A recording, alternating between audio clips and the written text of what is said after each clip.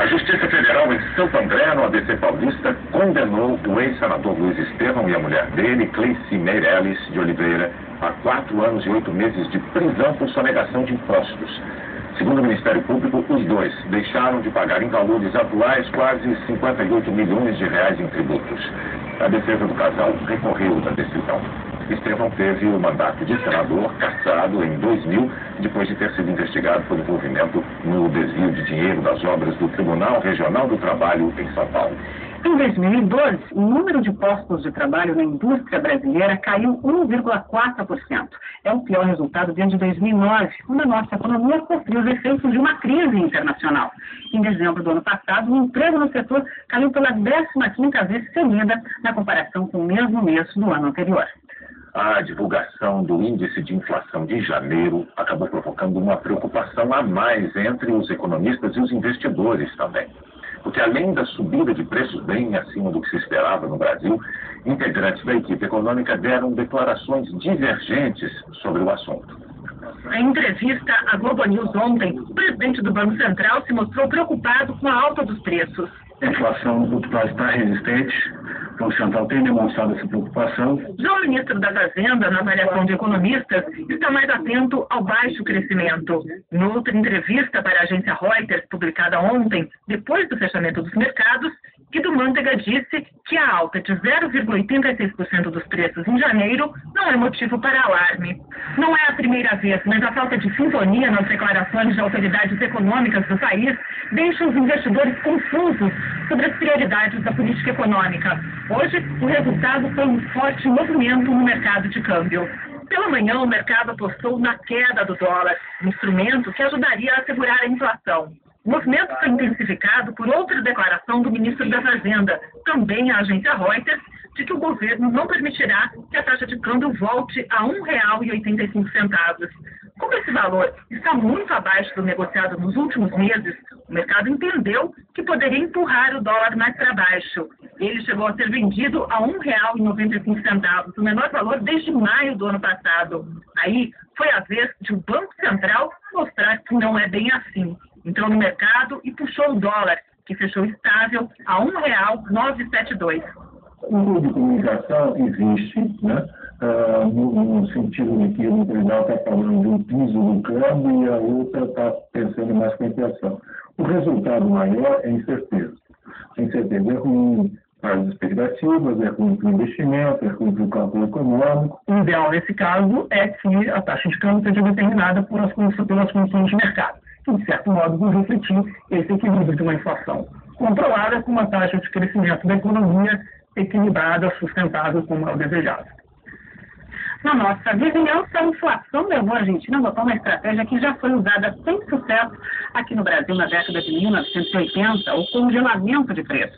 E olha que o governo de lá ainda é acusado de mascarar o aumento de preços, é o que mostram Délio Ortiz e Rafael Sobrinho. Está no pão de cada dia o exemplo da alta de preços na Argentina. Em 2010, o quilo do pãozinho custava 8 pesos e 30 centavos. Hoje está a 14 pesos, um aumento de mais de 68%. O governo jura que a inflação do ano passado fechou em 10,8%. Consultorias independentes dizem que foi bem mais, passou de 25%. Uma divergência que já levou o Fundo Monetário Internacional a cobrar da Argentina honestidade sobre seus índices econômicos, sob pena de não ter mais direito a créditos. Uma manobra de improviso para tentar segurar a inflação, o governo determinou o congelamento de preços nos supermercados e redes de eletrodomésticos até 1º de abril.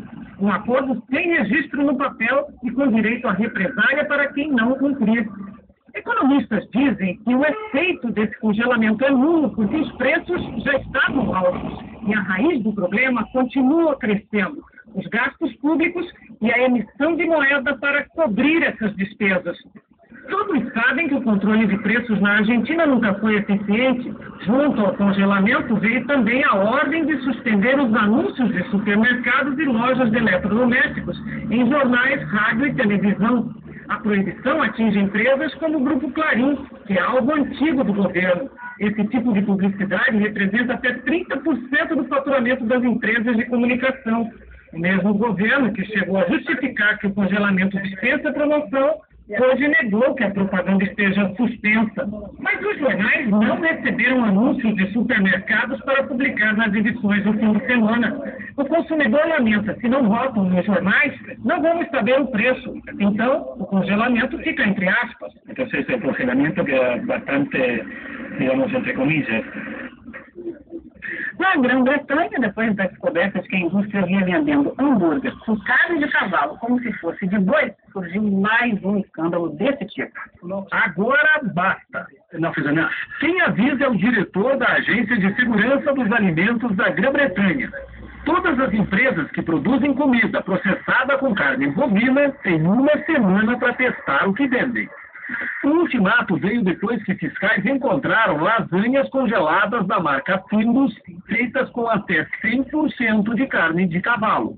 A empresa recolheu o produto dos supermercados, se desculpou e responsabilizou o fornecedor francês.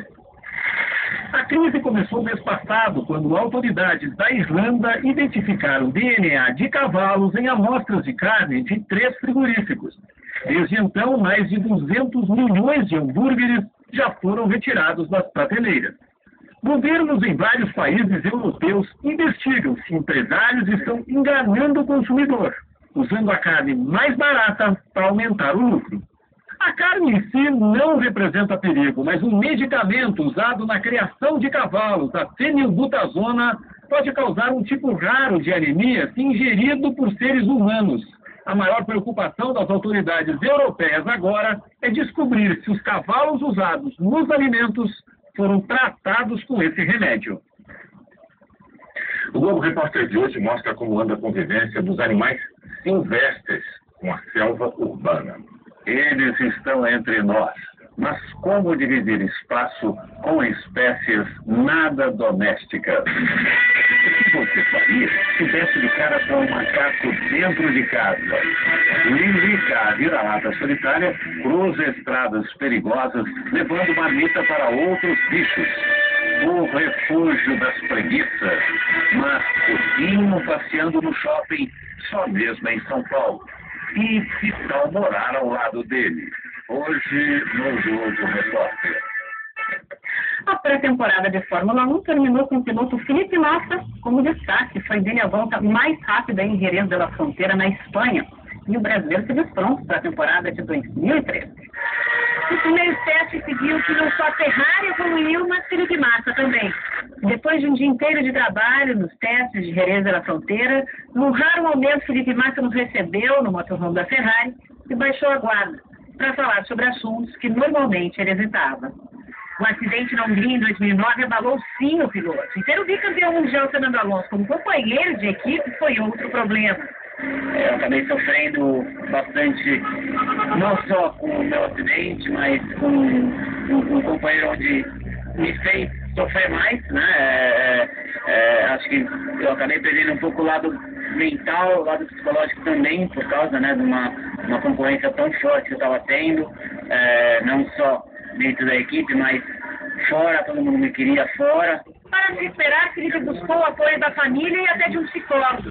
Passou a ver a vida e a carreira de outro jeito. A maioria das pessoas gostaria de estar no meu lugar, de ter o meu trabalho, né? Um piloto de Fórmula 1 correndo pela Ferrari, né? E depois de agosto do ano passado, Felipe confirmou na pista a nova fase. Que nos primeiros 10 GPs somou apenas 23 pontos, nos últimos 10 conquistou 99. Eu me sinto forte, mais estável e mais feliz. Daqui a pouco, estrangeiros têm aula de carnaval na cidade do samba, no Rio. E os blocos centenários fazem a festa no Recife.